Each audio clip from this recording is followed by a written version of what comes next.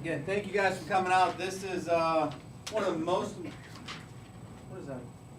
What is that? One of the most important days as far as getting all this information putting together for you.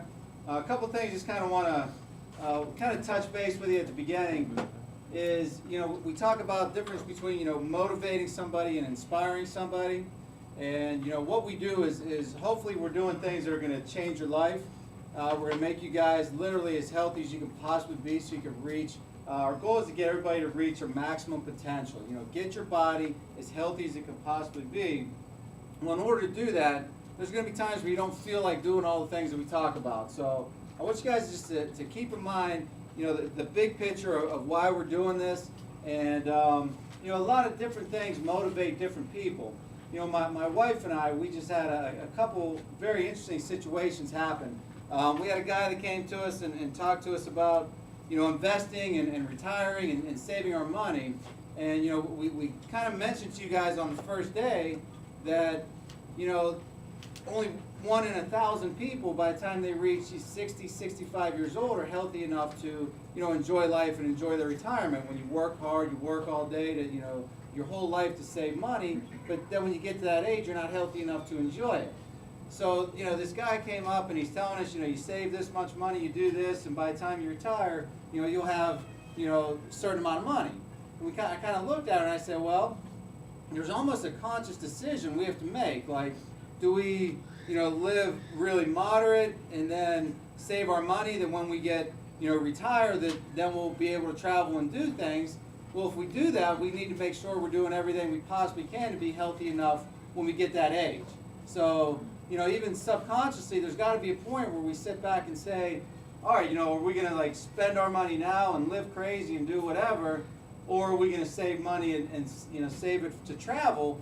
But then you better make sure you're healthy enough to be able to travel. The other thing is kind of interesting. It's come up. My parents just left town, and you guys have heard a lot. How my dad's health and what he's going through now. And my wife, we kind of stepped back and she said, wow, I hate, seeing him like that. And, what's happening to, his best friends, the guys when I was kids, and when I was a little kid, these guys were, big, strong, tough, and nothing's ever going to get to them. And, his best friend just passed away, and, all these crazy things. And it's just, I said to my wife, I said, you understand, it's what we do now. It's how we live right now is what's going to dictate our health when we get older. Like him, in his day, they all smoked and they drank and they ran around and, like I said, they were big, they were tough, nothing was going to get to them, but, it all caught up to them. And it's not a happy, it's not a good way to live. So just keep in mind, the things you go through today, coming here on a Monday night, it's all because I want you guys, and you guys want to live to be as healthy as you can possibly be. Some things that motivate me is, you're not necessarily just doing this for yourself. You're doing it for, your spouse, and you're doing it for, your family. Like I said, my mom really didn't sign up to, when she got over the age of 60, 65 years old, that her life was going to be taking care of him. Obviously that's a position they're in, but, maybe my dad should have maybe thought about that and took care of himself a little bit better for her, And I do it for my kids, really, that, I have a little 2-year-old and I'm 40, so by the time, 10 or 15 years from now, he's going to try to, play me in some hoops or something. I need to make sure I can still take him down because I'm not going to let him go that easy. So, you got to do it for your family. For ourselves, a lot of times we would say, it's no big deal, but, think of your family, think of your kids, think of the other people, and do everything you can to make sure that you're giving them the best quality of your life too. The other thing is, we're going to fly through some things today. The good part about the PowerPoint is it keeps me focused so I can give you guys a lot more information.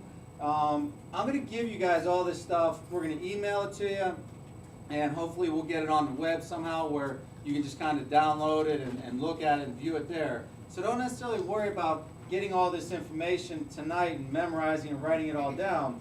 But the one thing I want you to remember is just 1% better every day is really the goal. A lot of the stuff that I'm going to talk to you about, the ways and the changes that I made, it's taken me about 8 or 9 years of really focusing and doing slower, smaller changes to get to the point where I am now. So the change I'm going to tell you guys, I don't expect you to wake up tomorrow and all of a sudden do them, but these are things that you should be able to do for the rest of your life. You know, if you do it right, it's not a diet, it's something, it's changing your lifestyle and changing the way you eat to a point where you're going to be able to do it forever. And we're going to get into exactly how you do it, but one of the key things is obviously planning. So we'll get to a point, I kind of added another slide down the road here, but you know, you really got to be organized. You really got to, you know, we did the stress and time management workshop. I see a lot of people who were here for that one last time, and that's a great way to start. You really got to be focused with your time, know how to manage your time, and then I'll show you how to plug in all this nutritional information too. One of the biggest mistakes that we see people do is when they start different nutrition type of classes or nutrition type of plans, they start to take things away. So, you know, I can't eat this anymore, I can't eat that anymore. But what I want you guys to do is start by adding good, healthy foods.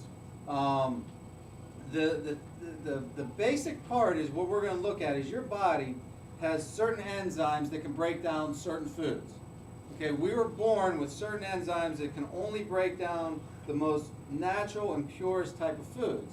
So the further away that you guys get from that area, from those type of foods, the harder it is for you to break those down. So when you look at some type of food that has, you know, chemicals that, you know, that are, you know, this big list of chemicals you can't even pronounce, you know, don't eat that. It's all going to be toxic to you. Your body's not going to have the enzymes to be able to digest it, and it's going to just sit and slow down and bog down your system. So one of the things we look at is just looking at foods that are very pure in their most natural state, and those your body's going to be able to process a lot more. Let's see. I don't think we have any more of those books, do we? Body by God, the Owner's Manual. You have one, I saw at least. We have one? Okay, so some of this stuff, at least in the beginning of this, I'll give you a couple references to look at, but Body by God, the Owner's Manual, this has a good mix of all the stuff that we're going to talk about. There's a little spiral bound extreme makeover book that has real detailed information about this too. So there's a lot of different places you can get this. So first thing, what we're going to do, there's a list in those books, and we'll have it on the web too, of good, healthy, clean foods, and we haven't broken them down into proteins, fats, carbohydrates. So what you do is you just look at that list and you start grabbing some healthy foods that are in their more natural state and just start adding them, just start putting them in. Even if it's just, okay, start eating an apple, start eating, you know, some beets, or start eating a carrot, you know, just little things, just start adding some good healthy foods in there. Next thing you're going to want to do is start to replace certain foods. So you know, instead of, you know, looking at candy for, you know, a certain kind of a sugar that you want to get, you know, reach for some fruit. You know, late night you want some chocolate, you know, eat some strawberries, but we'll talk about that in a minute. But you know, just start to exchange some fruits for the candy.